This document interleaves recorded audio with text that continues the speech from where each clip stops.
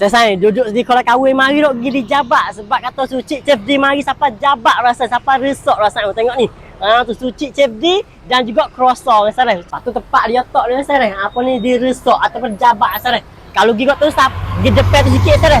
Siapa dia peluk jabak. Duduk belum ada peluk jabak kalau kita mari belah kolam kahwin.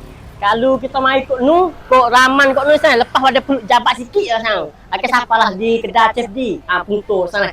Suci Chef D punto. Chef D hak kita duduk kenal sok-sok dah kata suci hak paling sedap dalam 3 wilayah kita ni sana. Boh ke dalam apa ni banyak lagi sana nak tu. Sedap hak suci Chef D sana. Ni saya tengoklah dia kata lah. Dia kata luka dia sana kita mari dia kata orang penuh sokmo sana. Orang penuh sokmo mari. Tu lain pada suci tu hak ni ada croissant sana tengok croissant. Croissant tu pen egg croissant sana. Tengok tu croissant dia sedap-sedap saya tengok tu. Nakin dah kata. Beli dah ni beli dah siap dah. Lepas tu hari ni je ada menu baru. Apa ni? Buat main kepung buah kesun jam kopo dia panggil tak tahu kat sana. Tapi dia kata nanti nak cetagih sana. Jadi sebenarnya sana dia kata esok dah hari akhir tapi apa ni luk kariat orangnya kata. Apa yang hubung masa lagi 2 hari lagi. Makna kata ada 3 hari lagi. Mek jok esok tanggal 21, 22, 23 sana. Waktu 23 hari akhir sana. Saya mana tak ada main makan lagi boleh sana. Mari kita main makan gani dek 2 dek hari. Kita ada 2 menu saya nak mari makan hari ni sana iaitu ni sana. Apa ni suci omakase saya. Atau yang keduanya sana. Dusi mari. Yang keduanya apa ni jam apa dek? Meng kapung huah kesun. Meng kapung huah kesun.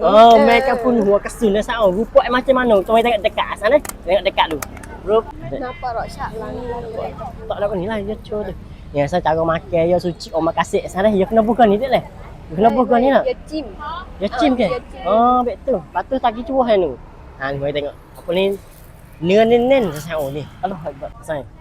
Ni goni asal eh. Hati cicah dah ni. Lepas tu pak dia dek ke? Pak dia. Bismillah. Sok-sok sama mek dom. Ikan dia asan. Sok-sok sedap tau. Num-num. Yalah. Okey dia okey.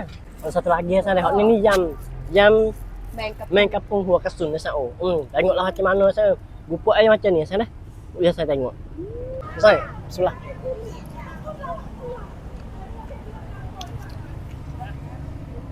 Jadi kruk sepanjang gua tu. Sepanjang kita sedap sangat jadi kruk. Dia boleh hakil lagi boleh hakil. Boleh lagi dah kita sedap sangat.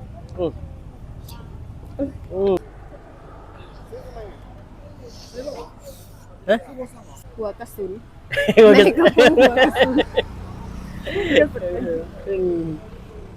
Bukan huah kesun saja, main kapung nak dog